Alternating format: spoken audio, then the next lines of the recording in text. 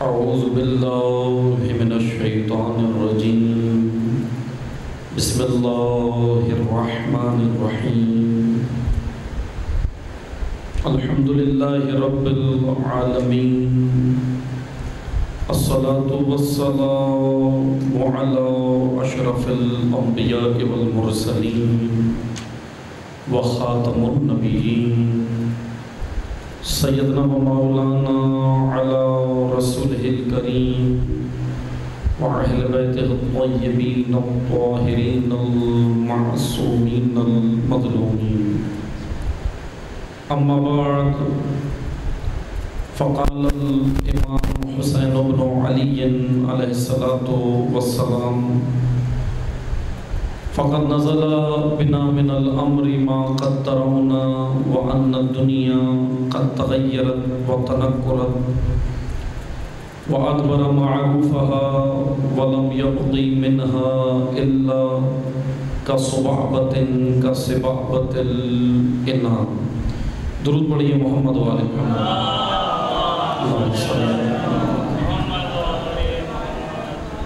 تمام حاضرین اپنی حفظ و سلامتی کے لیے، مملکت پاکستان کے استحکام کے لیے، مقامات مقدسہ کی حفاظت کے لیے، علماء حق کی حفاظت کے لیے، حاضرین کی شرعی حاجات کی بجاوری کے لیے، بانیان مجلس، شرکاء مجلس کی توفیقات خیر میں اضافے کے لیے، تمام امت اسلامیہ ملت تشیع میں وحدت و اتحاد کے لیے، دشمنان اسلام و ظالمین کی نابودی کے لیے، مظلومین کی شجاعت، استقامت اور کامیابی کے لیے، اور امام عصر کے ظہور میں تعجیل کے لیے ایک بار بلندتر محمدی صلوات پڑھی.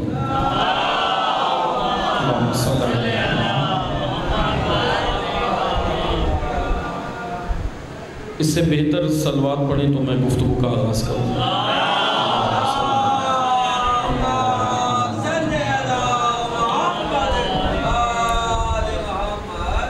سب سے پہلے بارگاہ الہی میں شکر گزار ہیں، خداوند تبارک و تعالیٰ کا شکر ادا کرتے ہیں کہ اللہ نے ہم سب کو ذکر محمد و آل محمد کرنے کی، ذکر محمد و آل محمد منعقد کرنے کی اور ذکر محمد و آل محمد پڑھنے کی توفیق دی. اس توفیق الہی پر بارگاہ الہی میں شکر گزار ہیں، کیونکہ یقیناً ذکر نبی و آل نبی کا اہتمام کرنا، ذکر نبی و آل نبی کا مثلاً پڑھنا آ کر، یا ذکر نبی و آل نبی کے لیے شرکت کرنا بھی، یہ توفیق الہی کے بغیر ممکن نہیں ہے. اللہ ہی توفیق دیتا ہے تو انسان اس عزا کے اندر آتا ہے. عزاداری، کیونکہ میں مختصر سا چند چیزیں طالب علمانہ بیان کروں. الحمدللہ آپ جانتے ہیں، لیکن بعض چیزیں تکرار ہو جائیں، ریپیٹ ہو جائیں تو وہ ذہن نشین ہو جاتی ہیں. موضوع گفتگو انشاءاللہ ہم جو آپ کی خدمت میں خداوند متعال کے لطف و عنایت سے جو ہم آپ کی خدمت میں ان 5 مجالس میں 5 روز میں انشاءاللہ کوشش کریں گے بیان کرنے کی. البتہ موضوع کمپلیٹ تو نہیں ہو سکتا، مفصل موضوع ہے، لیکن کوشش کریں گے کہ اس کو آپ کی خدمت میں ہم مثلاً تمہیداً ہی بیان کر سکیں. اور موضوع انشاءاللہ ہمارا معاشرتی تباہی کے عوامل، کہ کس طرح معاشرے تباہ ہوتے ہیں از نگاہ قرآن کی نگاہ سے انشاءاللہ یہ موضوع، کیونکہ ایک اہم ترین موضوع ہے. یا اس موضوع کو آپ ایک اور نام بھی دے سکتے ہیں، قیام امام حسین کے اسباب، کیونکہ ہم انشاءاللہ کربلا سے، امام حسین کے دور سے اس موضوع کو سمجھنے کی کوشش کریں گے، کیونکہ ایام عزا ہیں اور ایام عزا میں حق بنتا ہے. ایام عزا کے علاوہ بھی، لیکن کم از کم ان 2 مہینے میں، ماہ محرم و سفر میں، حق بنتا ہے کہ امام حسین کے خطبات، امام حسین کے فرمودات، امام حسین کا قیام، امام کا مدینہ سے نکلنا، مکہ میں آنا، مکہ میں 4 مہینے قیام کرنا، پھر پھر اس کے بعد وہاں سے نکلنا، کوفہ کا ارادہ کرنا، کوفہ سے حضرت مسلم کی شہادت کی خبر آنا، پھر امام نے کوفہ کا ارادہ ترک کیا، امام کربلا گئے، اور پھر ملاقاتیں امام کی۔ اس سارے ماجرے کے اندر امام نے کس سے ملاقات کی، کون امام کی خدمت میں آیا، کس نے امام کے ساتھ کیا گفتگو کی، کس نے امام کو کیا رائے دی، اور امام حسین نے حسینی جواب دیا، یہ انشاءاللہ میں آپ کی خدمت میں بیان کروں گا، اور کوشش کروں گا کہ امام کے کلام سے آپ کی خدمت میں بیان کروں انشاءاللہ۔ وہ جو امام کا کلام کتابوں کے اندر موجود ہے، تاریخ کی کتابوں میں ہے، خطبات کی، احادیث کی کتابوں میں، انشاءاللہ میں آپ کی خدمت میں کوشش کروں گا کہ اس کلام نورانی کے ذریعے سے، امام حسین کے کلام کے ذریعے سے آپ کی خدمت میں معاشرتی تباہی، کیونکہ کربلا کیوں بپا ہوئی، کیونکہ معاشرہ تباہ ہو گیا تھا۔ اب یہ میں نہیں کہہ رہا، آئیں آ کر ہم تاریخ جب دیکھیں گے، تاریخ میں جھانک کر دیکھیں گے، تاریخ کے اوراق پلٹ کر دیکھیں گے تو ہمیں بہت کچھ وہاں پہ نظر آئے گا۔ لیکن ایک اور چیز ہے، میں ابھی صرف آپ کی خدمت میں چند سوالات اٹھا رہا ہوں، ابھی آپ گھبرائیے گا نہیں، پریشان نہیں ہوئیے گا، ان سوالوں کے جواب انہی مجالس میں ملیں گے انشاءاللہ۔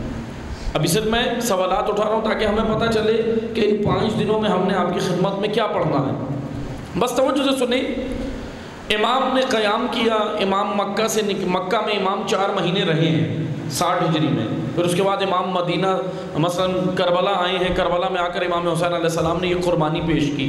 لیکن یہ کربلا یاد رکھیں، یہ اس طرح نہیں ہوا کہ امام کو رات میں کوئی خواب آیا اور صبح نکل گئے، اس طرح نہیں ہے۔ کربلا ایک پوری پری پلانڈ کام ہے، پلاننگ کے ساتھ ہوا۔ امام حسین کی اپنی پلاننگ تھی، اس کو ہم الہی اسٹریٹجی کہیں گے، الہی پلاننگ، اور جو معاشرے کے اندر اسباب مہیا ہوئے جس کی وجہ سے امام اٹھے، وہ اسباب امام حسین کی وجہ سے نہیں تھے، وہ شیطانی سیاست کی وجہ سے تھے۔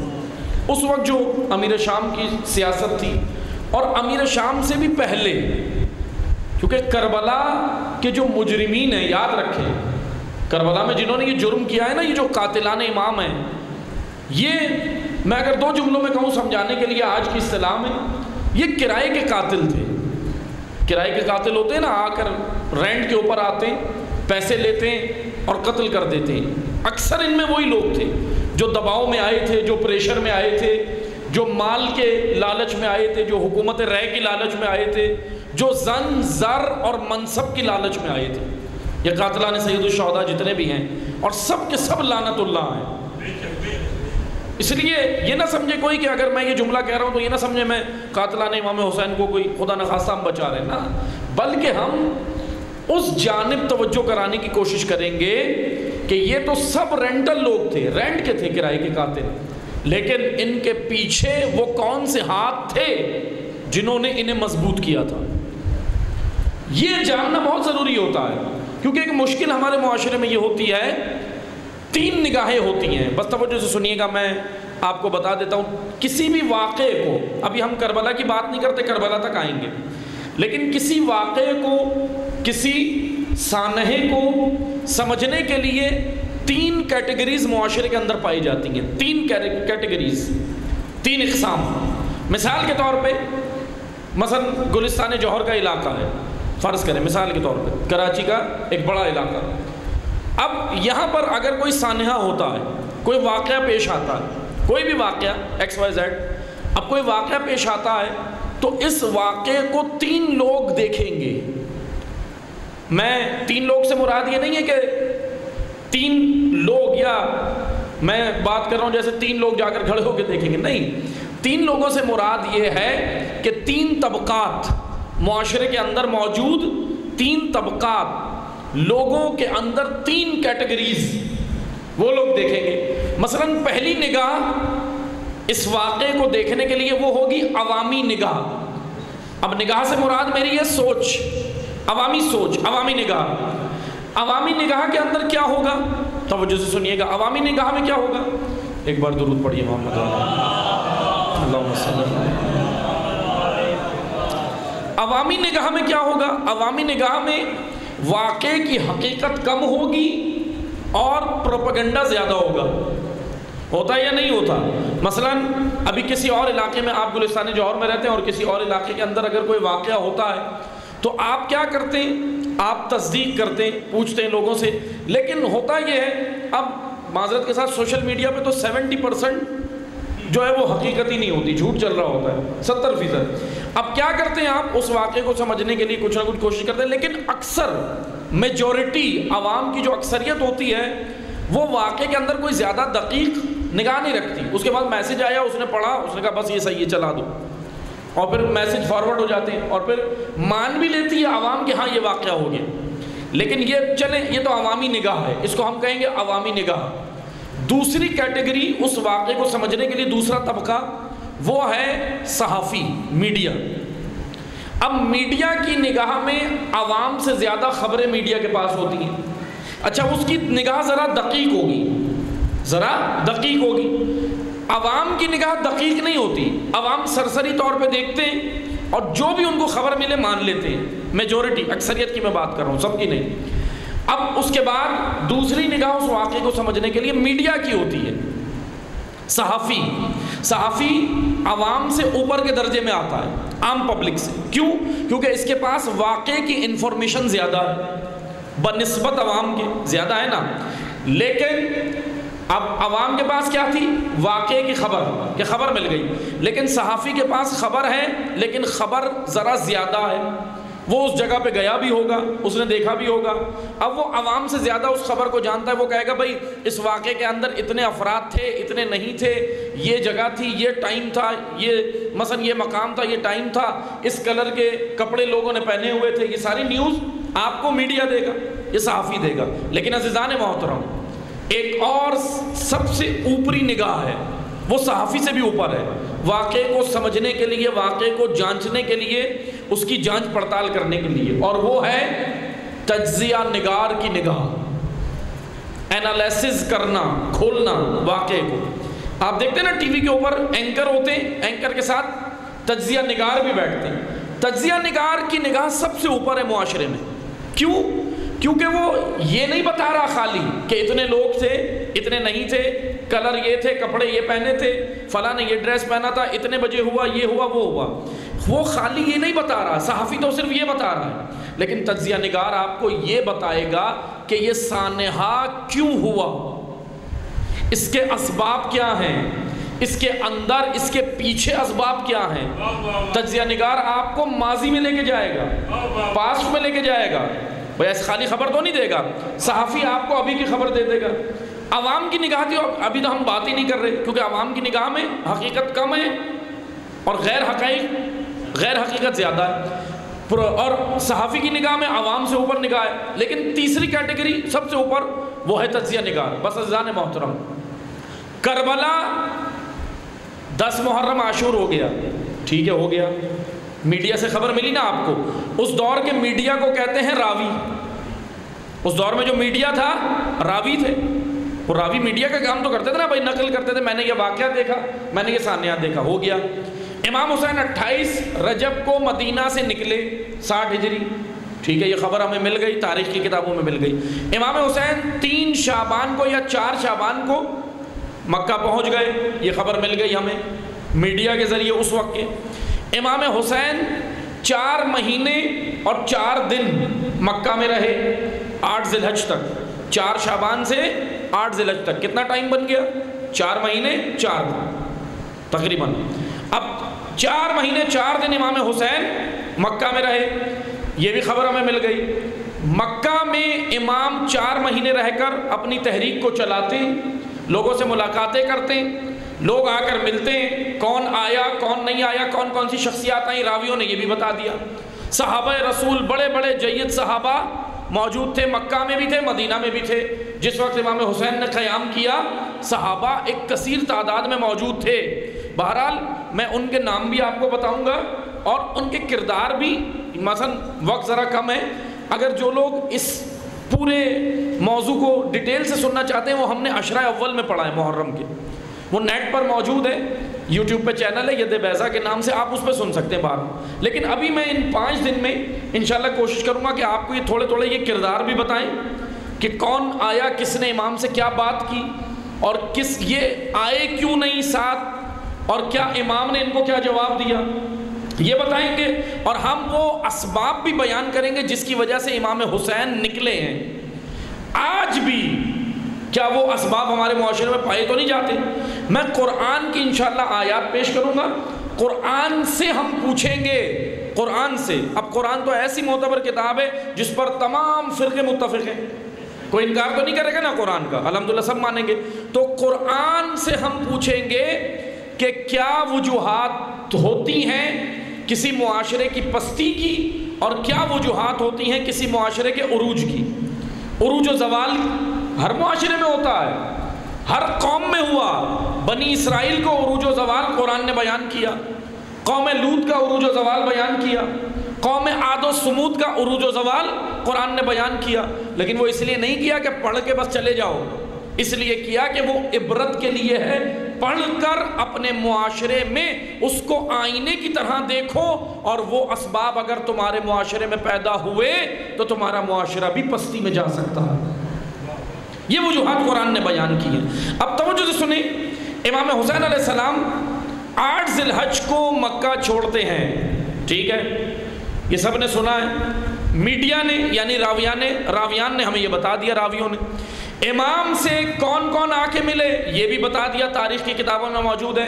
عبداللہ ابن عباس ہیں، عبداللہ ابن عمر ہیں، عبداللہ ابن زبیر ہیں، عبید اللہ ابن مطیع ادوی سے ملاقات، عبید اللہ ابن حر جوفی سے ملاقات، عمر بن قیس سے ملاقات، ترمہ بن عدی سے ملاقات، فرزدق شاعر سے ملاقات. یہ سارے بڑے دلچسپ کردار ہیں تاریخ کے، یعنی یہ اتنے دلچسپ ہیں، منفی مثبت دونوں کردار ہیں کربلا کے سانحے کے اندر، کربلا کے واقعے کے اندر. اور ان دونوں کرداروں کو انشاءاللہ میں کوشش کروں گا پیش کروں، کیونکہ ایسے بھی کردار ہیں جو امام کی ایک آواز پہ آتے ہیں، اور ایسے بھی کردار ہیں جو امام کو عصر کے وقت چھوڑ کر گئے عاشور کے دن.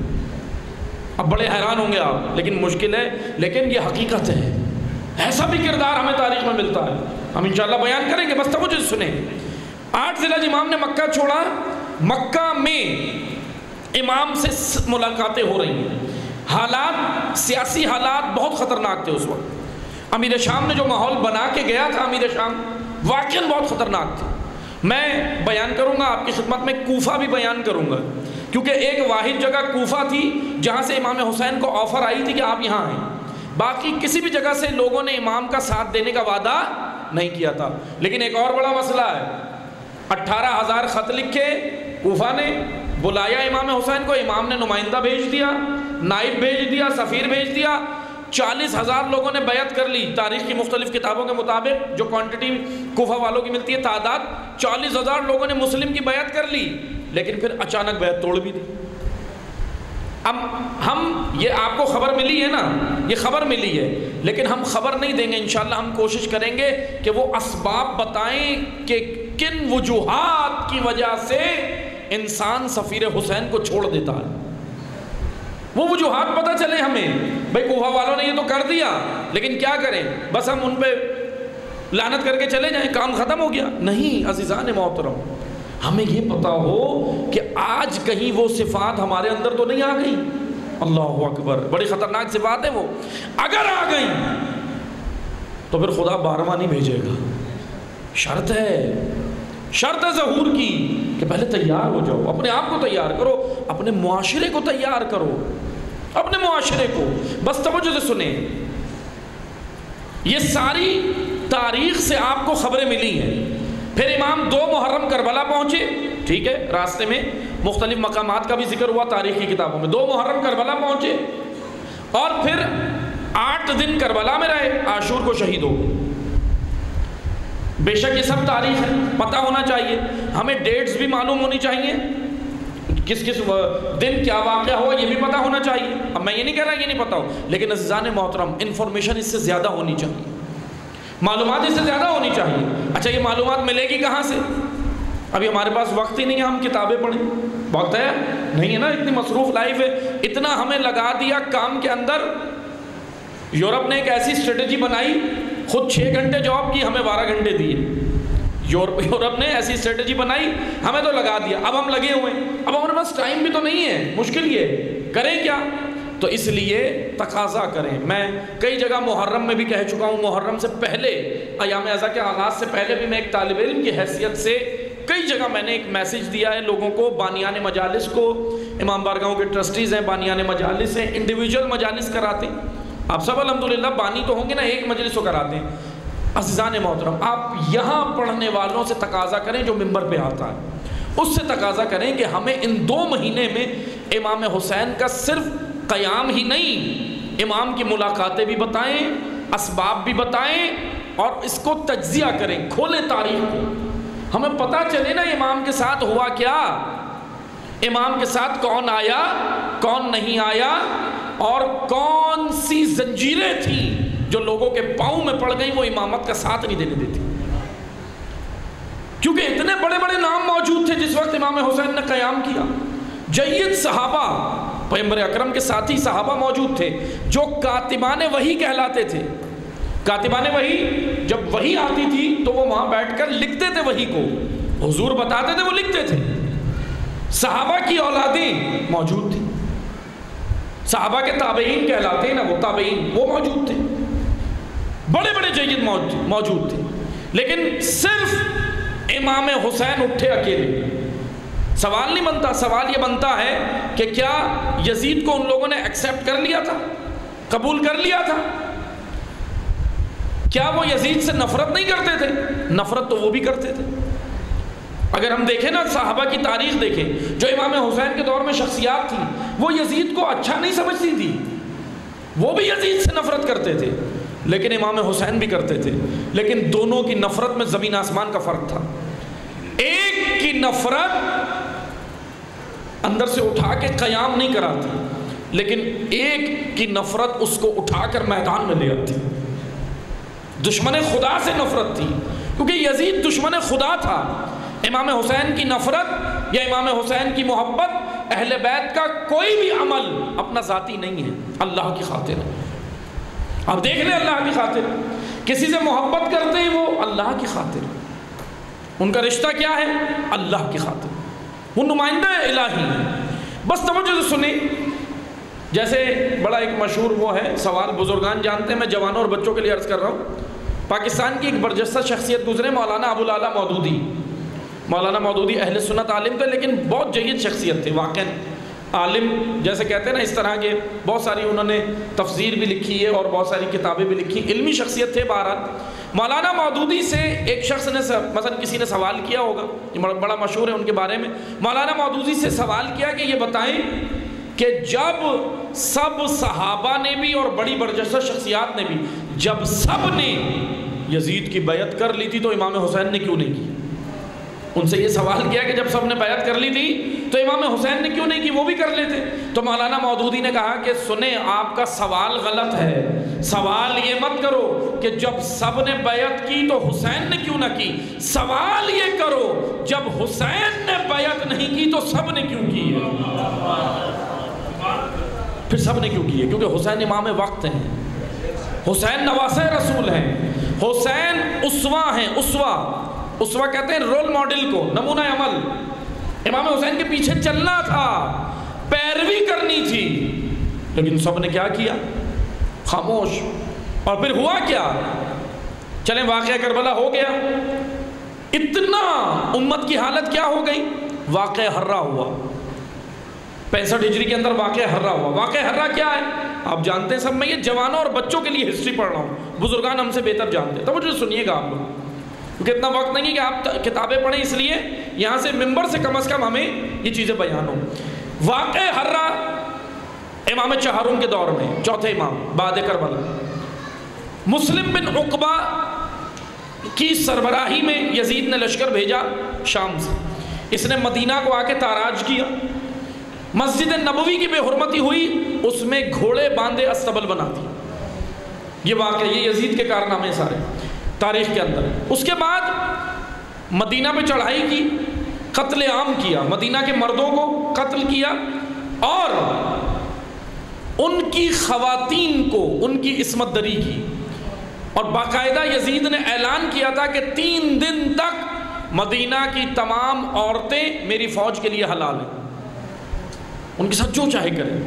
لیکن عزیزان محترم توجہ سے سنیے گا، ہمیں ذرا پیچھے جانا پڑے گا تاریخ میں۔ یہ تو میں نے آپ کو صرف ابھی کیونکہ پہلی مجلس ہے میں نے آپ کو صرف اتنا ہی بتایا کہ یہ واقع ہوئے، لیکن ان کے اسباب جاننے کے لیے ہمیں پیچھے جانا پڑے گا۔ میں امام حسین کا جو کلام میں نے تلاوت کیا ہے میں اس کی تھوڑی سی وضاحت کرتا ہوں، توجہ سنیے گا پھر ہمیں سمجھ آئے گا۔ ابھی شروع میں ہم نے کیا تلاوت کیا تھا؟ امام کا یہ خطبہ، امام جب پہنچے ہیں نا کربلا تو امام نے یہ خطبہ وہاں پہ دیا تھا۔ کیا خطبہ تھا؟ ایھا الناس، توجہ سے سنیے گا، ایھا الناس فقد نزل بنا من الامر ما قد ترون وان الدنیا قد تغیرت وتنکرت۔ امام حسین نے کہا کہ اے لوگوں سنو، اے لوگوں سے مراد یہ کہ ہمیں بھی کہا امام نے، یہ نہ سمجھے ہم بری ذمہ ہے، امام نے ہم سے بھی کلام کیا، یہ کلام ہم سے ہے۔ ان لوگوں نے جو کیا وہ اپنا حساب دیں گے بارگاہ الہی میں جو گزر گئے۔ اب ہم سے یہ کلام امام حسین ہم سے مخاطب ہیں، کیا کہہ رہے ہیں؟ ایھا الناس ان الدنیا قد تغیرت وتنکرت، دنیا بدل گئی ہے، تغیر تبدیلی آ گئی، لوگ بدل گئے، معاشرہ بدل گیا۔ امام حسین سے پوچھیں کیا بدل گیا؟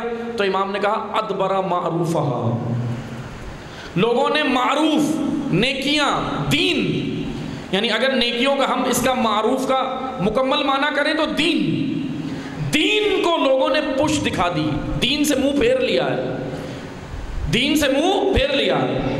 اچھا روایت میں دو طرح سے ذکر ہوا ہے، بعض نے کہا یہ خطاب امام نے مکہ میں کیا ہے، بعض نے کہا کربلا میں کیا ہے، لیکن وہ کوئی حرج نہیں ہے، لیکن بس اتنا جان لیں امام نے یہ خطاب دینداروں سے کیا تھا جو نمازی، روزہ دار اور حاجی سب تھے۔ اب بڑے عجیب سا یہ جملہ ہے امام کا، توجہ سے سنیے گا، میں اس کی وضاحت کروں گا تاکہ ہمیں پتہ چلے کہ امام کے دور میں کیا ہوا۔ ان الدنیا قد تغیرت وتنکرت، دنیا بدل گئی ہے، ادبر معروفہ، لوگوں نے پش دکھا دی، دین سے رخ موڑ لیا۔ پش دکھانا محاورہ ہے، پش دکھانا یعنی موڑ لیا، رخ موڑ لیا، منہ موڑ لیا، لوگوں نے دین سے منہ موڑ لیا ہے۔ کیا کیا ہے؟ امام کیا کہنا چاہ رہے ہیں؟ ادبر معروفہ ولم یبقی منہا الا، ان کے پاس دین ہے، اب رخ تو اپنا موڑ لیا دین سے، لیکن دین ہے، تھوڑا سا ہے۔ کتنا ہے؟ امام حسین کہہ رہے تھوڑا دین ہے ان کے پاس۔ اللہ، محاورہ سنیے گا، بڑا خوبصورت جملہ امام کا، یہ مثال بہت خوبصورت دی ہے اس جملے میں، یہی مولا علی نے نہج البلاغہ میں بھی دی ہے۔ اللہ صبعبت کا صبعبت الانا، دین سے رخ موڑ لیا، دین ان کے پاس اتنا بچا ہے کہ دین کا برتن الٹ دیا، تلی کے اوپر برتن الٹ دیا، تلی کے اوپر آخر میں جو چکنائی بچتی ہے اس کو لے کر یہ دیندار بنے ہوئے ہیں۔ یہ امام نے مثال دی ہے، یہ پانی کا گلاس ہے، آپ پانی انڈیل دیں، اس کی جو تلی ہے، نیچے تلی ہے، یہ اردو کے جملے کی میں اس لیے وضاحت کر رہا ہوں کہ معذرت کے ساتھ ہم اردو بھول گئے ہیں، یہ جوانوں کے لیے میں کر رہا ہوں، کیونکہ ابھی اور زبانوں پہ مثلا ہم ساری زبانیں تو سیکھ رہے ہیں، لیکن اپنے جو بڑی خوبصورت زبان ہے جس کے اندر ادب بھی ہے، بہت خوبصورت ادبی زبان ہے، اردو بھول گئے، اور جو ہم اردو استعمال کرتے ہیں وہ اردو نہیں ہے، نہ جانے کون سی ہم معذرت کے ساتھ اس کی بھی ٹانگیں توڑ دیتے ہیں زبان کی، جو ہم عام بول چال میں بھی کرتے ہیں، یعنی کون کون سے جملے وہ آ جاتے ہیں، جیسے بزرگان بیٹھے ہیں یہ جانتے ہیں کہ کتنی ادبی زبان ہے۔ بہرحال تلی کہتے ہیں نیچے، تلی کے اوپر، اب یہ آپ گلاس سے پانی انڈیل دیں، آخر میں تلی پر تھوڑے سے جھاگ بچیں گے، جھاگ، اب اس چکنائی وہ چکنائی کہلاتی ہے۔ اگر پتیلی کے اندر سالن پکا ہوا ہے، پتیلی کے اندر، دیگچی کے اندر سالن ہے پتیلی میں، آپ اس کو الٹ دیں، تلی پر چکنائی بچتی ہے، آخر میں سالن تو سارا نکل گیا، سالن تو نکل گیا نا، جتنا بھی تھا وہ سب بہہ گیا، ختم ہو گیا، چکنائی ہے، تلی پہ چکنائی ہے، اس چکنائی کو آپ لیں، انگلی پہ لگائیں، اس چکنائی سے آپ کیا کر سکتے ہیں مجھے بتائیں؟ اس چکنائی سے پیٹ بھر کے روٹی کھا سکتے ہیں؟ نہیں کر سکتے۔ اس چکنائی سے کریں گے کیا؟ وہ چکنائی بنام ہے بس کہ ہاں اس پتیلی میں سالن تھا، صرف اپنے آپ کو تسلی دینے کے لیے، ہاں بھائی سالن تھا، لیکن اس چکنائی سے کچھ بھی نہیں ہو سکتا. نہ تو اس سے آپ پیٹ بھر کے روٹی کھا سکتے ہیں، نہ کوئی اور کام کر سکتے ہیں، کچھ بھی نہیں ہو سکتا اس سے. بس عزیزان محترم یہ مثال تھی مطلب کی جانب آئیں. امام حسین نے جب یہ خطاب کیا نا، ایک ایسے لوگوں سے کیا جو نمازیں پڑھ رہے تھے، جو روزہ رکھ رہے تھے، جو حاجی تھے، حج پہ آئے ہوئے تھے.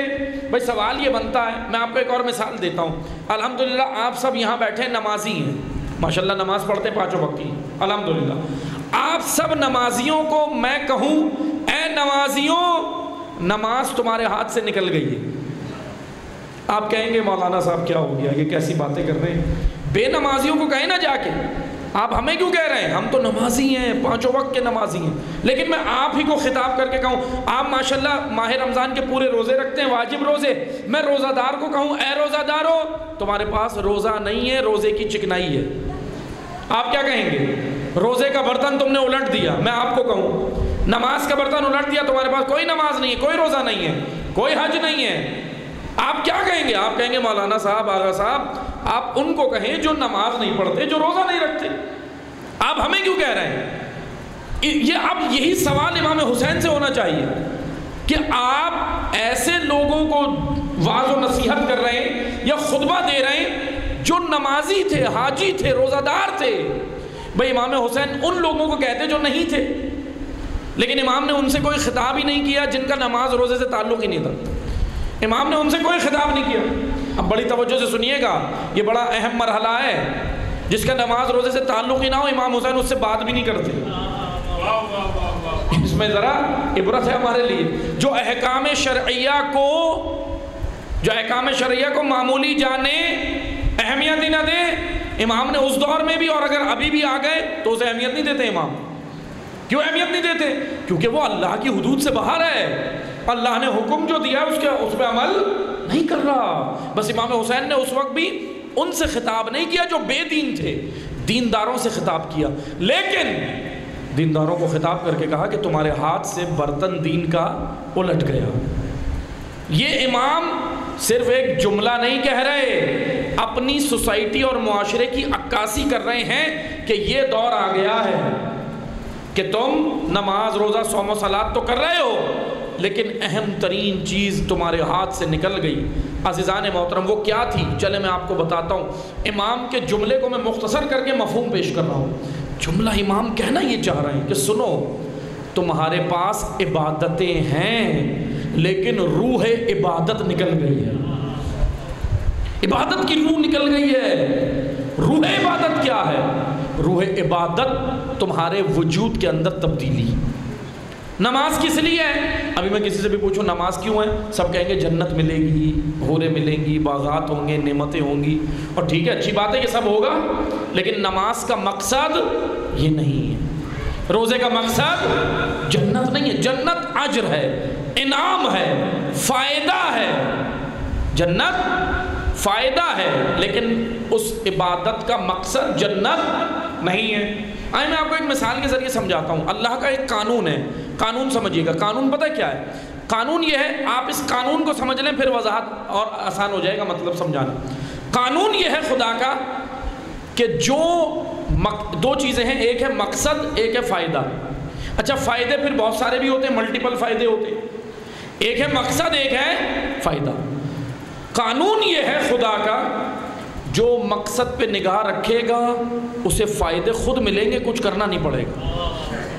لیکن جو فائدوں پہ نگاہ رکھے گا، خدا کریم ہے، خدا فائدے دے دے گا لیکن مقصد نہیں ملے گا. اسے توجہ سے سنیے گا. میں آپ کو چلے مثال دیتا ہوں. مجلس اعظم میں آپ آتے ہیں، بڑی سادہ سی مثال ہے، اور پیغمبر اکرم کی حدیث بھی ہے. کیا کہہ رہے ہیں رسول اللہ؟ زینوا مجالسکم بذکر علی ابن ابی طالب. اللہم صلی علی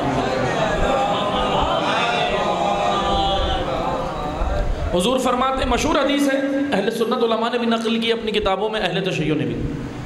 اپنی مجلسوں کو علی کے ذکر سے زینت دو. ترجمہ بھی آپ کو پتہ ہے. اپنی مجلسوں کو علی کے ذکر سے زینت دو. کیوں؟ سوال اٹھایا کریں، پوچھا کریں. کیونکہ دین اسلام لاجیکل دین ہے، عقلی دین ہے، جذباتی دین نہیں ہے.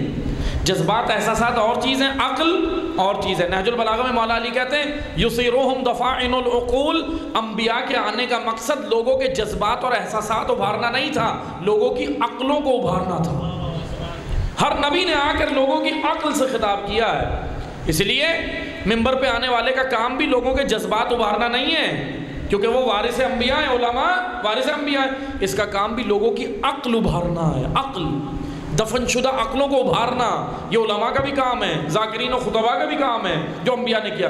بس توجہ سے سنیں، رسول اللہ کہتے ہیں علی کے ذکر سے اپنی مجلسوں کو زینت دو، مشہور حدیث ہے، لیکن کوئی لاجک تو ہوگی، کوئی حکمت تو ہوگی، کوئی مقصد تو ہوگا۔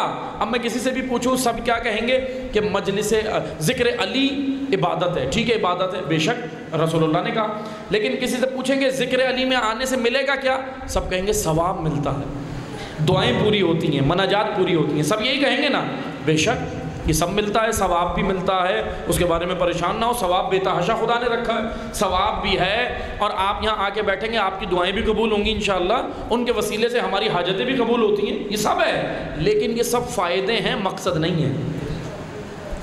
میں آپ کو مقصد بتانا چاہ رہا ہوں اس ذکر کا، توجہ سے سنیے گا، یہ سب فائدے ہیں، مقصد نہیں ہے۔ اچھا، اس ذکر میں آنے سے دو فائدے ہیں، روحانی بھی ہیں، جسمانی بھی ہیں، روحانی بھی ہے جسمانی بھی ہے۔ چلے میں آپ کو اور وضاحت کر دیتا ہوں۔ روحانی فائدہ جنت ملے گی، نعمتیں ملیں گی، یہ روحانی فائدہ ہے، اور کیا ملے گا، ثواب ملے گا، یہ روحانی فائدہ۔ لیکن جسمانی فائدہ بھی ہے، جب اٹھ کے جانے لگے تبرک بھی ملے گا، نیاز بھی ملے گی، ہوتا ہے نا بھائی، یہ بھی تو فائدہ ہے۔ تبرک، اب کوئی کہے مجلس کا مقصد تبرک ہے، تبرک نہیں ہے، وہ فائدہ ہے، وہ اجر ہے، انعام ہے، اور ماشاءاللہ ٹھیک ہے، صاحبان ہے جس کو اللہ نے توفیق دی ہے کیا کریں، اچھی بات ہے، کوئی حرج نہیں ہے، لیکن مجلس کا مقصد یہ دونوں نہیں ہے، نہ ثواب مجلس کا مقصد ہے، نہ تبرک مجلس کا مقصد ہے، نہ نظر و نیاز تبرک کا مقصد ہے، یہ دونوں چیزیں فائدہ ہیں، ایک جسم کا، بدن کا، ایک روح کا۔ لیکن سوال یہ بنتا ہے کہ اب اس کا مقصد کیا ہے؟ تو آئیں میں 2 جملوں میں وضاحت کر رہا ہوں۔ پیغمبر اکرم نے کہا علی کا ذکر کرو، کیوں یا رسول اللہ، علی ہی کا ذکر کیوں، کسی اور کا کیوں نہ کریں؟ تو حضور نے بتا دیا کہ سنو، علی ہے کامل، تم ہو ناقص، بھائی ناقصین کو کامل کا ذکر سناؤ تاکہ ان کے اندر بھی کمال پیدا ہو۔ اور وضاحت کر دیتا ہوں، حضور نے کہا علی کی شجاعت، فصاحت، بلاغت، نجابت، کرامت، علم، حلم، تقوی، کرامت، عدالت، یہ سب علی کے فضائل ہیں، منبر سے بیان کرو۔ شجاعت علی کیوں پڑھیں؟ ان جوانوں کو خیبر، خندق، بدر و احد کیوں سنائیں؟ جانتے کیوں سنائیں؟ اس کی حکمت ہے کہ مجلس میں آیا تھا بزدل، آنے دو، شجاعت علی اتنی پڑھو جب اٹھ کر جائے تو بزدل نہ رہے، شجاع بن کر جائے۔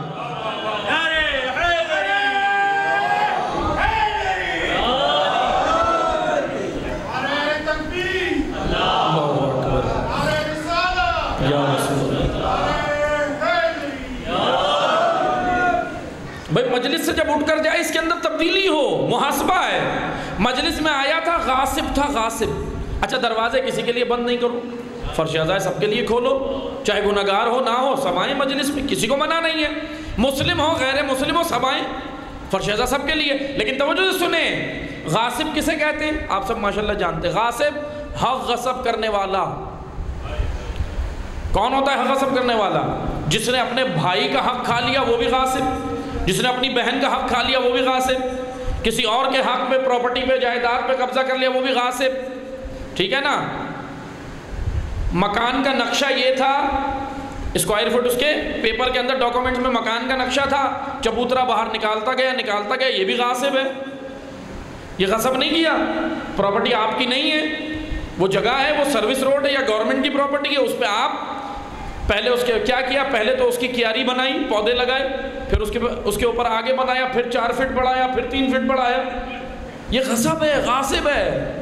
عزیزان محترم، یہ میں وہ برائیاں بیان کر رہا ہوں جو انشاءاللہ ابھی مجالس میں جب قرآن کی آیات سے ہم پڑھیں گے نا، آپ حیران ہوں گے، اتنی چھوٹی چھوٹی برائیاں، اس سے کیا ہوتا ہے؟ جیسے بعض لوگ کہتے ہیں یہ تو بڑی بچکانہ چیزیں، اس سے کیا ہوتا ہے؟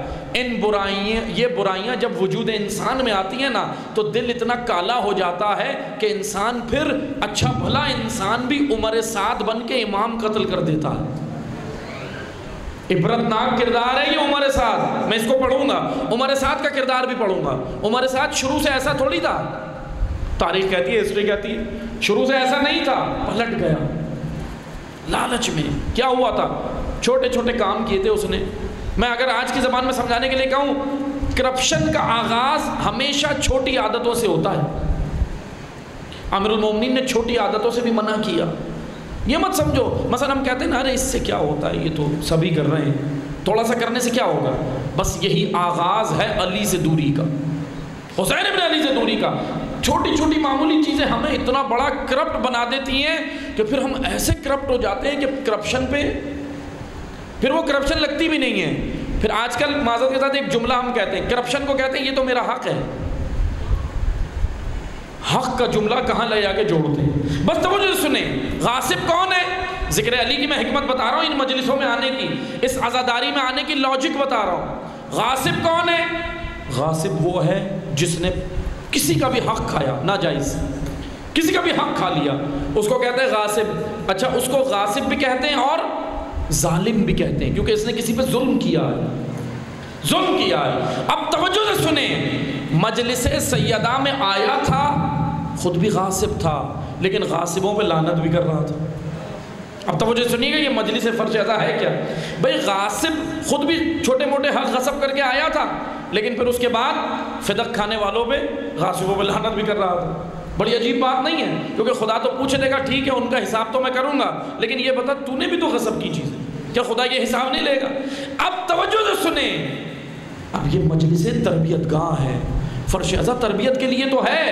غاصب تھا، ظالم تھا، کوئی مسئلہ نہیں، مجلس زہرا میں، مجلس علی میں، مجلس حسین میں آنے دو، لیکن منبر پہ آنے والے کی ذمہ داری یہ ہے، آیا غاصب تھا، عدالت علی اتنی سناؤ، اٹھ کر جائے تو غاصب نہ رہے، عادل بن کے لوٹے، عادل بن کے لوٹے. اس کے اندر تبدیلی آئی، محاسبہ. یہ فرش اعضا عزیزان محترم اس کے لیے ہے. بس توجہ سے سنیں، یہ مجلس کی حکمت ہے. امام حسین علیہ السلام نے کس کے خلاف قیام کیا؟ کرپٹ معاشرے کی، کرپشن. اب اس کرپشن کی وضاحت انشاءاللہ میں کل سے کروں گا آپ کی خدمت میں کہ وہ کیا کیا وجوہات تھیں.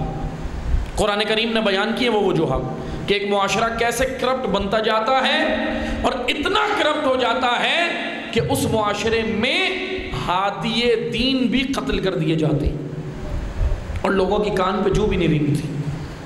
بنی اسرائیل ایک ایک دن میں 70 انبیاء قتل کرتے تھے. 70 ایک دن میں 70 انبیاء قتل کر دیے بنی اسرائیل، قرآن کہہ رہا ہے. اور پھر اس کے بعد جا کے معمول کے کاموں پہ لگ گئے. میں امام حسین کا خطبہ بھی آپ کی خدمت میں بیان کروں گا.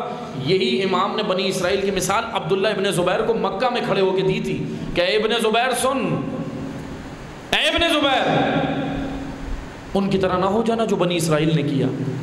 اپنے نبیوں کو قتل کرتے تھے. وہ یحییٰ ابن زکریا کا سر ایک ملعونہ عورت کی محبت میں اتار کے لے گئے. اور پھر امام نے کہا کہ میرے ساتھ بھی وہی ہوگا جو یحییٰ کے ساتھ ہوا، میرا سر بھی اتارا جائے گا. امام نے پیشن گوئی کر دی تھی، مکہ میں کھڑے ہو کے بتایا تھا.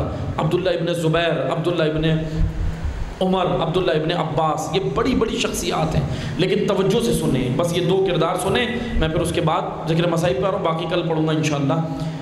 عبداللہ ابن عباس جناب عباس کے بیٹے ہیں، رسول اللہ کے چچا، بڑی شخصیت. عبداللہ ابن عمر جناب خلیفہ دوم حضرت عمر کے بیٹے، بڑی شخصیت تاریخ اسلام کی. عبداللہ ابن زبیر ابن عوام کے بیٹے، زبیر ابن عوام، بڑی شخصیت. میں بیان کروں گا آپ کی خدمت میں، زبیر کی شخصیت بھی بیان کروں گا. زبیر ابن عوام اتنی بڑی شخصیت تھے، اتنی بڑی شخصیت تھے کہ جب بعد رسول علی تنہا ہو گئے، بعد رسول ثقیفہ ہوا، امیر المومنین تنہا ہو گئے، علی کا ساتھ دینے جو شخصیت نکلی وہ زبیر تھے. زبیر نے تلوار نکالی، لڑے، جو ثقیفہ کے حامی تھے ان سے لڑے، زرد و کوب کر دیے گئے، اسیر کر دیے گئے. زبیر نے اتنی پریشانیاں جھیلی ہیں. زبیر ابن عوام، نام یاد کر لیں گے جوانان، اس کردار کو سمجھنا بڑا ضروری ہے، کیونکہ کردار اس لیے بتائے جائیں گے کہ اس مرر میں ہم نے اپنے آپ کو دیکھنا ہے کہ خدا نخواستہ کہیں ایسا نہ ہو کہ ہم اس طرح نہ ہو جائیں. زبیر شروع میں بہترین تھے، امیر المومنین کے حامی تھے، امیر المومنین کے مدافع تھے، مولا علی کے دفاع کرنے والے تھے، مولا علی کے پیروکار تھے. یعنی جب کوئی نہیں بولا زبیر نے نکل کے علی کا دفاع کیا ہے. جب مدینہ خاموش تھا زبیر علی کا دفاع کر رہے تھے. لیکن پھر کیا ہوا؟ یہی زبیر جنگ جمل میں جمل سے لشکر تیار کر کے مولا علی کے مقابلے میں لائے. میں وجہ کل بیان کروں گا انشاءاللہ کیوں زبیر اس طرح پھسل گئے. اتنی بڑی شخصیت، صحابی رسول، بڑی شخصیت ہیں، کیوں پھسل گئے؟ کیا چیز تھی جو زبیر کو لے گئے؟ اور ایک اور ان کی فضیلت میں ایک اور ان کے جملہ سن لیں. جو فضائل ہیں وہ شروع میں ہیں، بعد میں پھر پھسل بھی گئے، مولا علی کے مقابلے میں آ گئے. ہوا کیا؟ زبیر کی ایک فضیلت یہ بھی ہے کہ زبیر ابن عوام مولا علی کے مدافع تھے، دفاع کرنے والے تھے. 25 سال 11 ہجری رسول اللہ کی رحلت، 35 یا 36 ہجری میں مولا علی نے اقتدار سنبھالا. ظاہری طور پہ اقتدار، حکومت سنبھالی. بیچ میں ہے 25 سال، خلفاء کا دور جو ہے وہ بیچ میں 25 سال کا. 25 سال زبیر اسٹرگل کرتے رہے، محنت کرتے رہے مولا علی کی حکومت کے لیے. اتنی کوششیں کی ہیں، جد و جہد کی ہے زبیر نے. اب ایسا انسان کیوں پھسل گیا؟ بس ایک جملہ سنیے گا، اس کی وجہ تھی منصب، عہدہ. کل میں اس کی وضاحت کروں گا انشاءاللہ. لیکن یہ سارے کردار اب آ کر دیکھیں. انہی زبیر کے بیٹے ہیں عبداللہ ابن زبیر. یہ بھی بڑا دلچسپ کردار ہے. یہ وہ کردار ہے جو امام کو مکہ میں مشورے دیتے رہے، امام کے ساتھ نہیں. امام نے جب دعوت بھی دی تب بھی نہیں آئے. امام کو معذرت کر لی، منع کر دیا، معذرت کی ہے. ایسے لوگ ہمیں ملتے تاریخ میں، کچھ کے جملے ہمیں یہ ملتے. میں آپ کو وہ جملے بتا دیتا ہوں. ایک کردار ہے عبداللہ ابن مطیع عدوی، نام بھی یاد کر لیں. یہ زمیندار تھا بڑا اپنے دور کا. میں اور آسان زبان میں کہوں، آج کی زبان میں چودھری تھا، وڈیرا تھا، بڑی زمینیں تھی اس کی، بڑا کاروباری آدمی تھا. جب امام مکہ سے نکل کر کربلا کی جانب جا رہے تھے، راستے میں اس سے ملاقات ہوئی. اس نے امام حسین سے جانتا تھا، کوئی ایسی شخصیت نہیں تھا امام کو نہیں جانتا ہو، معرفت رکھتا تھا، جانتا تھا. امام سے ملاقات ہوئی، امام کے قریب آیا اور پھر کہنے لگا کہ مولا آپ کا کہاں، یہاں سے کہاں گزر ہو رہا ہے؟ امام نے کہا کہ ہمارا ارادہ نوانیس کا ہے. نوانیس کربلا کا ایک نام نوانیس بھی ہے. اور امام حسین نے اپنے کلام میں کربلا کو کربلا کم کہا ہے، زیادہ جملہ نوانیس کا استعمال کیا اپنے خطبات میں. قیام کے دوران امام حسین نے نوانیس کہا ہے. امام نے کہا نوانیس. اور پھر امام نے کہا ایک اور جملہ کہا، حسین ابن علی کا وہی ارادہ ہے جو اللہ کا ارادہ ہے، یعنی میں وہیں جاؤں گا جہاں خدا لے جائے. بس پھر امام سے اس نے کہا کہ امام سے اس نے کہا کہ مولا ایک آرزو ہے، ایک خواہش ہے، ایک حاجت ہے، حاجت مند تھا. امام نے کہا کیا حاجت ہے؟ کہنے لگا کہ میرے پاس جو زمینیں ہیں نا اس کے لیے پانی کم ہے. میں ذرا زمیندار ہوں، میری فصلیں ہیں، کھیتیاں ہیں، پانی کم ہے. اور ایک اور مسئلہ ہے، پانی کم بھی ہے میرے کنویں کے اندر. اس نے کنواں بنایا ہوا تھا، کنواں کھودا ہوا تھا. کہنے لگا کنویں کے اندر میرے پانی ایک تو کم ہے اور کھارا ہے، میٹھا نہیں ہے.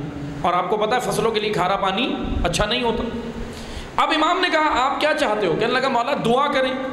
امام نے کہا ٹھیک ہے. امام نے اب جو روایت میں ملتا ہے تو وہ جو سنیے گا، میں یہ آپ کو کردار بتا رہا ہوں، پھر آپ کو میں ایک کردار پہ لے کر آؤں گا. یہ منفی کردار ہے، مثبت بھی انشاءاللہ ایک بتاؤں گا، باقی کل بتاؤں گا انشاءاللہ. امام سے اس نے کہا کہ مولا میری حاجت ہے. امام نے کہا اچھا پانی لاؤ. اب روایات میں جو ذکر ہوا تاریخ میں وہ یہ ہوا، اس نے جو بھی اس وقت اس کے پاس برتن تھا، ڈول تھا کنویں کے اندر جو ڈالے جاتے تھے پانی کے لیے، اس نے ڈالا، نکالا، امام کو دیا. امام حسین نے پانی منہ میں لیا، اپنے منہ میں لیا، پیا نہیں، اس کو منہ میں گھمایا جیسے ہم کلی کے لیے کلی کرتے گھماتے پانی کو. امام نے اپنے منہ میں گھمایا. روایات میں بعض روایات میں اب مختلف ہے روایت، لیکن ہم اس میں نہیں جاتے. اصل جو ہدف ہے بتانا وہ اس کے جملے سنیے گا، بڑے دردناک جملے اس کے. امام نے وہ پانی منہ میں گھمایا اور واپس کنویں کے اندر کلی کی امام نے پھینک دیا واپس.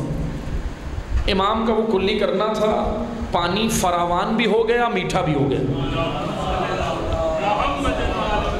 سید الشہداء علیہ السلام نے اللہ کے حکم سے، اللہ کے اذن سے یہ معجزہ دکھایا. پانی میٹھا بھی ہو گیا، اس کو مل گیا. اچھا اب امام نے کہا کہ اب یہ پانی تمہارے لیے فراوان ہے. اب اس نے امام سے جب الوداع کرنا چاہا تو امام نے اب اس کو دعوت دی، کیونکہ دیکھیں امام اگر کسی کو دعوت نہیں دے رہے تو اس میں بھی حکمت ہے، لیکن اگر امام کسی کو دعوت دیں اور وہ نہ آئے تو اس کے اوپر حیف ہے نہیں ہے۔ الذین استجابوا للہ وللرسول، اللہ اور اس کے رسول کی آواز پہ استجابت کرو، استجابت جلدی کرو، اللہ اور اس کے رسول کی آواز پہ دوڑ پڑو، قرآن کہہ رہا ہے، ورنہ تم مقام فوز عظیم پر فائز نہیں ہو سکتے۔ اگر اللہ اور اس کے رسول کی آواز پہ لبیک نہیں کہا، اگر جانشین رسول کی آواز پہ لبیک نہیں کہا، تم فوز عظیم پہ نہیں جا سکتے۔ لیکن سنو، قرآن کہہ رہا ہے لبیک زبان سے نہیں، عملی، اور لبیک کہنے کے لیے یہ ڈھیل نہ دینا، یہ نہ کہنا مولا میں آتا ہوں، تھوڑا رک جائے، میں آتا ہوں، میں فلاں کام کر کے آتا ہوں۔ اگر لیٹ ہو گئے نقصان ہو جائے گا تمہارا، ولی خدا کا نقصان نہیں ہوگا، وہ تو سرخرو ہے بارگاہ الہی میں، میرا نقصان ہو جائے گا اگر میں نے امام کی آواز پہ لبیک نہیں کہا۔ عبداللہ ابن مطیع، نام یاد کر لیں، بڑا ہے، جاگیردار ہے، وڈیرا ہے، زمینیں، کاروباری آدمی ہے، فصلیں بہترین اس کی ہیں۔ اب امام نے اس کو کہا کہ کیا اس سفر میں تم ہمارے ساتھ چلنے کے لیے تیار ہو؟ وہ جملے میں اس کا عربی زبان میں ہے، میں اس کا ٹرانسلیٹ کر کے اسے پیش کر رہا ہوں جملے۔ امام نے کہا کیا تم ہمارے ساتھ تیار ہو؟ اب اس کے جملے سنیے گا، بڑے عبرتناک جملے۔ کہنے لگا مولا میں ضرور آتا، فرزند رسول میں ضرور آتا، معذرت کے ساتھ فصلیں پک گئی ہیں۔ ٹرانسلیٹ کروں اس کا جملہ، مولا کاروبار کا پیک ٹائم ہے، آپ کہہ رہے ہیں دین بچاؤ، جہاد کرو، یہ کرو، وہ کرو، آپ دین کہاں سے لے آئے؟ ابھی تو کاروبار شروع ہوا ہے۔ امام کو کہتا ہے مولا فصلیں پک گئی ہیں۔ امام حسین سمجھ گئے، امام نے کہا خدا حافظ والسلام، چل دیے امام۔ ایک شخصیت یہ ہے۔ دوسری شخصیت ترما بن عدی، یمن کا رہنے والا تھا، راستے سے گزر رہا تھا، امام سے ٹکراؤ ہو گیا راستے میں، امام سے اس نے دعا کروائی، مولا گھر میں بوڑھی ماں ہے، بیمار ہے، التماس دعا۔ امام نے دعا کی، پروردگار تمہاری ماں کو صحت دے، دعا کی۔ اب اس نے مولا سے پوچھا مولا کہاں کا ارادہ ہے؟ امام نے بتایا، اپنے سفر کے بارے میں بتایا۔ امام نے اس کو دعوت دی، اس کے جملے سنیں گے، ایک جملہ آپ نے سن لیا، ایک جملہ، یہ جملے اپنے ذہن میں بٹھا لیں، کیونکہ میں نے آپ کو وہ کردار بتانا ہے جو ناصر حسین ہے، اور ہم نے انشاءاللہ ناصر بننا ہے، پیچھے نہیں ہٹنا۔ ایک کردار یہ تھا عبداللہ ابن مطیع۔ امام کو کیا کہتا ہے؟ فصلیں پک گئی ہیں، کاروبار کا ٹائم ہے، تھوڑا خیال کریں، آپ کہہ رہے ہیں دین اور یہ اور وہ، میں ٹرانسلیٹ اس کے جملے کر دوں۔ اس کے بعد ترما نے کیا کہا؟ ترما نے کہا مولا میں ضرور آتا، گھر میں بوڑھی ماں ہے، اس کا اکیلا کرتا دھرتا میں ہی ہوں۔ امام حسین کو نہیں پتا تھا یہ، امام دعوت دے کے امام کو نہیں پتا تھا کہ گھر میں اس کی بوڑھی ماں ہے، اکیلا یہ اکلوتا فرزند ہے، امام کو نہیں پتا تھا، پتا تھا۔ امام نے پھر بھی دعوت دی، اور تاریخ کے یہ جملے، عبرتناک جملے ہم تک پہنچا دیے کہ سنو، جس دور میں بھی ولی خدا ہو نا، اللہ کا ولی، امام، رہبر، ہادی، جب وہ تمہیں بلائے نا تو یہ بہانے مت کرنا۔ معذرت کے ساتھ یہ بہانے تھے، یہ بہانے تھے۔ کہنے لگا بوڑھی ماں ہے، امام نے اس کو بھی کہا والسلام، زیادہ بات نہیں کی، امام سمجھ گئے، امام آگے بڑھ دیے۔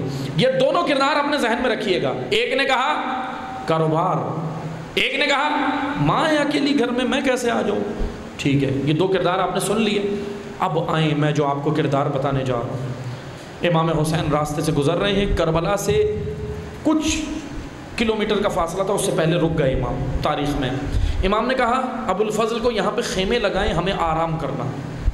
ایک صحرا تھا، بہت بڑا صحرا تھا، جناب ابو الفضل عباس نے خیمے لگائے، امام رک گئے۔ امام نے وہاں رکے، دور صحرا کے اندر ایک گھر تھا، صرف ایک گھر تھا صحرا کے اندر۔ امام نے بنو ہاشم کو کہا کہ مجھے وہاں اکیلے جانا ہے، آپ نہیں آئیے گا۔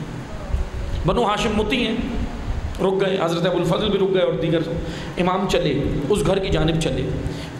روایات میں ہے، مقاتل میں ہے، امام نے اپنے قدموں کو زمین پر زور زور سے رکھا تاکہ آہٹ، اس کی قدموں کی آہٹ جو ہے نا، آواز، وہ گھر کے اندر جو لوگ ہیں انہیں محسوس ہو جائے۔ امام نے رکھا زور زور سے۔ اب وہ باہر سے جیسے گھر والوں کو آہٹ محسوس ہوئی تو اس صحرا کے اندر جو ایک ہی گھر تھا، ایک بوڑھی عورت نکل کے آئی، بہت بوڑھی تھی، فقط وہ آئی۔ اب امام نے اس سے بات چیت کی، امام نے اس کو ابھی اپنا تعارف نہیں کرایا، صرف اتنا کہا کہ ہم مسافر ہیں، ہمارے خیمے قریب لگے ہوئے ہیں، ہم نے یہاں پڑاؤ ڈالا ہے۔ امام نے اب اس سے سوالات کیے، یہ بتائیں آپ اس گھر میں کون رہتا ہے؟ کہنے لگی کہ ایک میں ہوں، میرا ایک جوان بیٹا ہے جو بکریاں چراتا ہے، چرواہا ہے۔ امام نے کہا ٹھیک ہے، وہ کہاں ہے؟ کہا اس وقت وہ بکریاں چرانے گیا ہے۔ امام نے کہا اور کون ہے؟ کہنے لگی کہ اس کی ابھی نئی شادی ہوئی ہے، ابھی چند دن پہلے شادی ہوئی ہے، میری بہو یعنی اس کی زوجہ وہ رہتی ہے، بس ہم 3 لوگ ہیں، میں ہوں، میری بہو ہے اور میرا بیٹا ہے، ہم 3 لوگ رہتے ہیں۔ امام نے کہا ٹھیک ہے۔ امام نے کہا آپ کو یہاں کوئی تنگی پریشانی؟ توجہ سے سنیے گا کتنا کریم ہے حسین۔ امام نے کہا کوئی پریشانی؟ کہنے لگے کہ مولا، اب مولا تو نہیں کہا اس نے لیکن جانتی نہیں تھی، بس نورانی شخصیت دیکھ کے ذرا ہکا بکا بھی تھی، ذرا پریشان بھی تھی، اس صحرا کے اندر یہ نورانی شخصیت آیا کون ہے، پہچانتی نہیں تھی۔ امام نے، اب وہ دونوں پہچانتے تھے، دیکھیں معرفت کے ساتھ ساتھ اطاعت بھی ضروری ہے، ورنہ معرفت ہو اور اطاعت نہ ہو تو پھر بھی انسان امام کا ساتھ نہیں دیتا۔ اب یہ کیا ہوا، اس کی امام سے جب ملاقات ہوئی، امام نے اس کو کہا کہ کیا پریشانی ہے؟ کہنے لگی کہ ایک پریشانی یہ ہے کہ پانی نہیں ہے ہمارے پاس، ذرا نہر دور ہے، بہت دور ہے، اور میرا بیٹا وہاں بکریوں کو لے کے جاتا ہے تو ہماری مویشیوں کا ذرا نقصان ہو جاتا ہے۔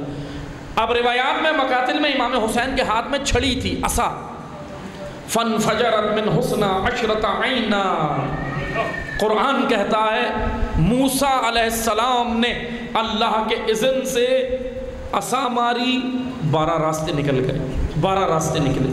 حسین ابن زہرا نے، حسین ابن علی نے صحرا میں اللہ کے حکم سے زمین پر عصا ماری، پانی کا چشمہ ابلا ہے، پانی آ گیا فراوان۔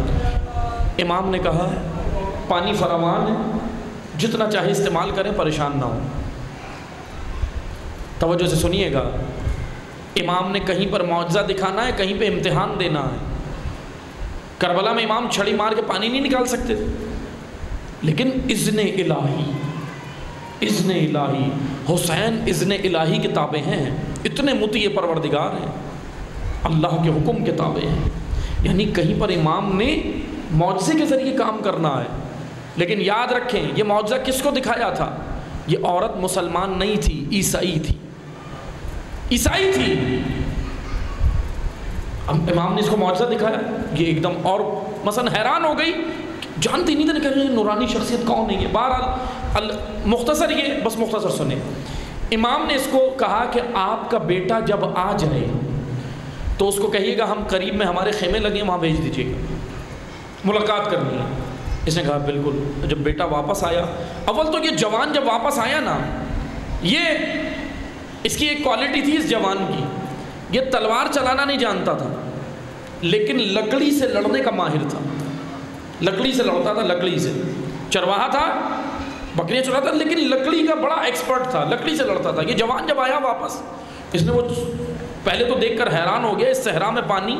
ماں نے سارا ماجرا بتا دیا، ماں نے کہا کہ نورانی شخصیت ہے، معلوم نہیں مجھے کون ہے، انہوں نے ایسے ایسے میری ملاقات ہوئی، یہ کیا۔ اس نے کہا کہ مجھے ملنا ہے، اس کے دل میں اشتیاق پیدا ہوا، ظاہر سی بات ہے، اور امام نے بھی کہا تھا ملاقات کرنی ہے۔ اب یہ کہنے لگا کہ مجھے ملنا ہے۔ اس کی ماں نے کہا کہ سنو میں بھی تمہارے ساتھ چلتی ہوں۔ ماں بھی آ گئی، زوجہ بھی آ گئی اور یہ بھی آ گئی۔ اب سنو گے منظر سننا عزادارو جو مقاتل میں ذکر ہوا ہے، اس منظر سننا۔ حسین بیٹھے تھے، حسین بیٹھے تھے، بنو ہاشم ساتھ تھے اس صحرا میں۔ جب یہ آیا نا جوان، اس کی ماں بھی آئی اور زوجہ بھی آئی، حسین کھڑے ہو گئے۔ حسین نے کھڑے ہو کے کہا مرحبا وہب مرحبا، یہ وہب قلبی تھا، استقبال کیا علی کے بیٹے نے، یہ وہب قلبی تھا۔ اب سننا، گفتگو سننا، وہ دونوں کردار یاد ہیں؟ ایک نے کہا تھا کاروبار کا ٹائم ہے، ایک نے کہا تھا ماں بوڑھی ہے میں کیسے آؤں، میرے مسائل ہیں، میرے گھریلو مسائل ہیں، ورنہ میں ضرور آتا، میں ابھی نہیں آ سکتا۔ بہرحال وہ جملے یاد رکھیے گا۔ امام حسین سے یہ ملا، امام نے اب اپنا تعارف کرایا انہیں۔ امام نے کہا میں نبی کا نواسہ ہوں۔ امام حسین نے جو اپنا تعارف کرایا، میں نواسہ رسول ہوں۔ ماں نے، بچے نے اور اس کے لڑکے نے اور زوجہ نے، تینوں مقاتل میں ہیں، تینوں اسی وقت اتنے متاثر تھے امام حسین کی شخصیت سے، تینوں کلمہ پڑھ کے مسلمان ہو گئے۔ عیسائی تھے، مسلمان ہو گئے، تینوں مسلمان ہو گئے۔ امام نے پہلے صرف اپنا تعارف کرایا میں نبی کا نواسہ ہوں، لیکن جب یہ مسلمان ہو گئے تو پھر امام نے کہا کہ میں نوانیس جا رہا ہوں، میرا مقصد یہ ہے. اور پھر امام نے ایک اور جملہ کہا کہ سنو، میرے ساتھ جو آئے گا وہ قتل ہو جائے گا، صحرا کے بھیڑیے میرا بدن نوچیں گے. امام حسین کے جملے. اب سننا عزادار، سننا. بڑا پاکیزہ جوان تھا، بڑا پاکیزہ جوان تھا. امام حسین رونے لگا، آنسو تھے، رونے لگا امام سے ملاقات کر، کہنے لگا مولا، اب کہنے لگا مولا فرزند رسول، کیا اس لشکر میں میری گنجائش ہے؟ اجرکم اللہ. عزادار جملے سننا، کیا پاکیزہ کردار ہے. مولا اس لشکر میں میری گنجائش ہے.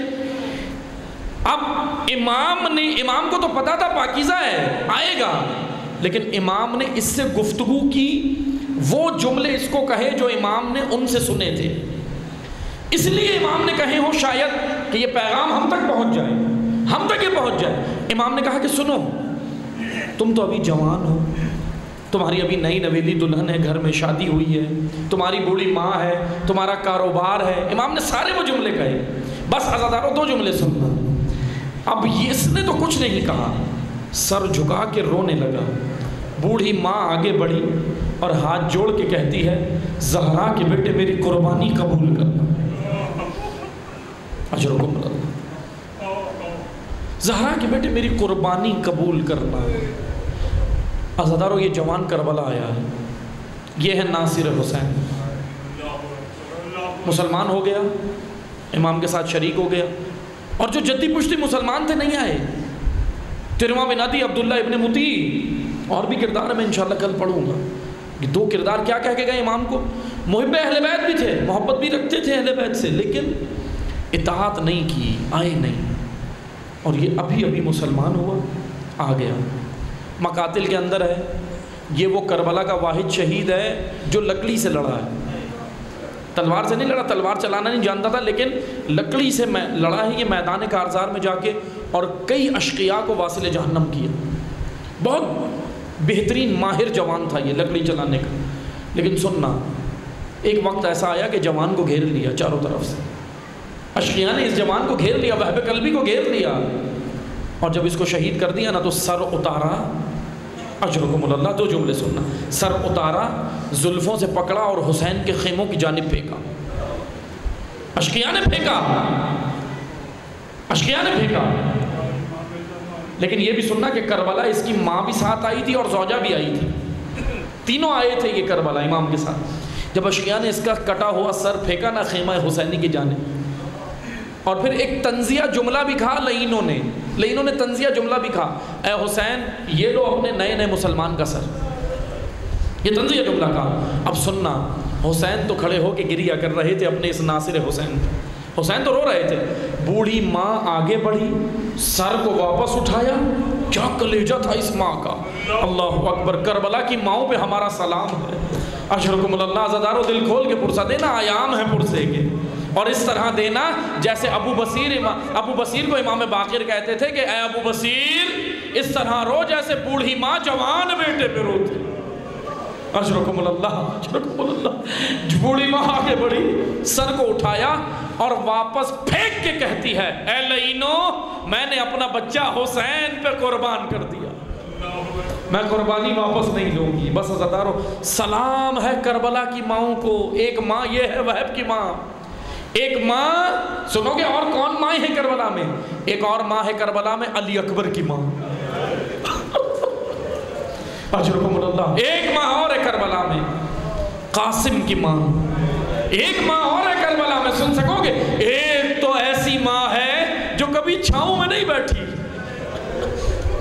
اجرکم اللہ. کبھی چھاؤں میں نہیں بیٹھی. کتنی عظیم ہے یہ ماں. سلام ہے ہمارا.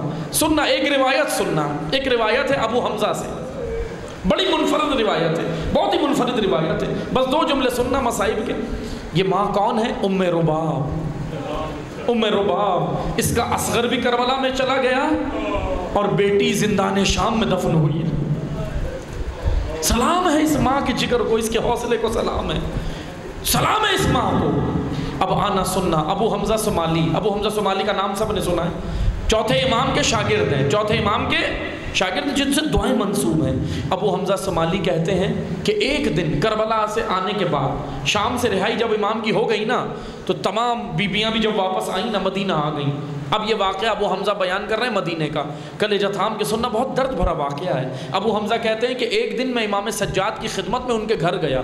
ابو حمزہ خود نقل کر رہے ہیں, کہہ رہے ہیں میں امام سجاد کی خدمت میں ان کے گھر گیا. عزادار و توجہ سے سننا کلیجہ تھام کے, اور دل کھول کے پرسہ دینا زہرا کو. کہتے ہیں میں جیسے ہی امام کی خدمت میں گیا نا تو مجھے امام سے ان کے حجرے میں جا کے ملنا تھا, لیکن حجرے سے پہلے باہر صحن تھا, اور صحن میں مجھے گزر کے حجرے میں جانا تھا. لیکن میں نے دیکھا کہ ایک نقاب پوش بی بی ہے اور صحن میں دھوپ میں بیٹھی ہے. کہتے دھوپ میں بیٹھی ہے, دھوپ میں بیٹھی ہے. میں گزر گیا, میں نے دیکھا. اور ابو حمزہ ایک اور جملہ کہتے ہیں, اس دن مدینہ میں دھوپ بہت تیز تھی, گرمی کی شدت بہت تھی, گرمی کی شدت بہت تھی.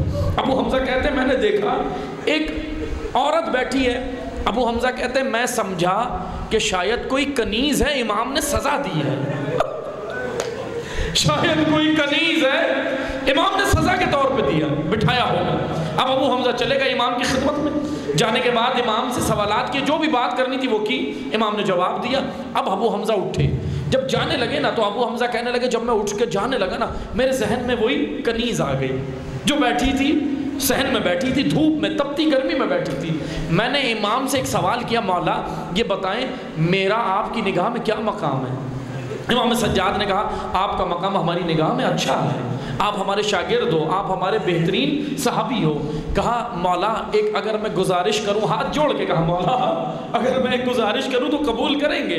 کہا کہ بتاؤ کیا خواہش ہے, کیا گزارش ہے, کیا کہنا چاہتے ہو, کیا درخواست ہے؟ ابو حمزہ نے ہاتھ جوڑ کے کہا مولا ایک درخواست ہے, آپ کو میرے مقام کا واسطہ, جو میرا مقام آپ کی نگاہ میں ہے نا, میں اس کا واسطہ دے کے کہتا ہوں مولا اگر اس کنیز کو آپ نے سزا دی ہے تو آج مدینہ میں دھوپ بہت ہے, مدینہ میں گرمی بہت ہے, مولا آج کے دن اس کی سزا ختم کر دے, صرف میری وجہ سے, میرا اگر جو بھی مقام آپ کی نگاہ میں ہے. عزادارو سنو گے, سجاد رونے لگے, سجاد رونے لگے, رو کے کہتے ہیں ابو حمزہ وہ کنیز نہیں میری ماں ام رباب ہے. اجرکم اللہ. آخری جملے سننا, کہا اے ابو حمزہ وہ میری ماں ام رباب ہے.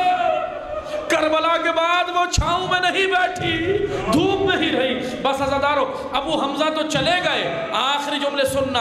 امام سجاد آئے, اماں کی خدمت میں آئے, ماں ام رباب کی خدمت میں آئے, آ کے کھڑے ہوئے. کہا ماں ام رباب, کہا اماں میں آپ کو حکم دیتا ہوں اب چھاؤں میں چلیں, میں آپ کو حکم دیتا ہوں اب چھاؤں میں چلیں. اب مجھ سے دیکھا نہیں جاتا, اب مجھ سے برداشت نہیں ہوتا. اب مدینہ والے بھی کہنے لگے کہ اتنا تو دھوپ میں کوئی نہیں بیٹھتا. کہا اماں آپ چھاؤں میں چلیں. ام رباب کھڑی ہوئی, آخری منظر سننا, 2 جملے سننا. ام رباب کھڑی ہوئی, کھڑے ہو کے کہتی ہیں بیٹا سجاد بس اتنا بتا دے یہ حکم بیٹا بن کے دے رہا ہے یا امام بن کے دے رہا ہے؟ بیٹا بن کے کہہ رہا ہے یا امام بن کے کہہ رہا ہے؟ عزادارو کلیجہ تھام کے سننا, دعا کرنا میں پڑھ سکوں, بہت سخت جملے ہیں. سید سجاد نے کہا اماں, سید سجاد نے کہا اماں آج میں بیٹا بن کے نہیں امام بن کے حکم دیتا ہوں, امام بن کے حکم دیتا ہوں, چھاؤں میں چلے, بس اب چھاؤں میں چلے. بس عزادارو سننا, کیا حسین سے عشق تھا, کیا علی اصغر کی عاشق تھی, کھڑی ہوئی ہے ماں, کھڑی ہوئی ہے ماں. لیکن سننا, بارگاہ الہی میں ہاتھ بلند کیے, اس کنیز رب نے, اللہ کی کنیز نے, ام رباب نے بارگاہ الہی میں ہاتھ بلند کیے اور کہا پروردگارا لاج رکھ لینا, ایک امام سے وعدہ کیا تھا چھاؤں میں نہیں جاؤں گی, ایک امام کہہ رہا ہے چھاؤں میں چلو, بار الہا اپنی کنیز کی لاج رکھنا. عزادارو آخری جملے سنو, یہ کہنا تھا, ام رباب نے قدم بڑھایا, زمین پہ گر گئی. سید سجاد نے سر پیٹ کے کہا انا للہ و انا الیہ راجعون. علی اصغر کی ماں, سکینہ کی ماں, یہ عظیم ماں اس دنیا سے چل گئی. اللہ لعنت اللہ.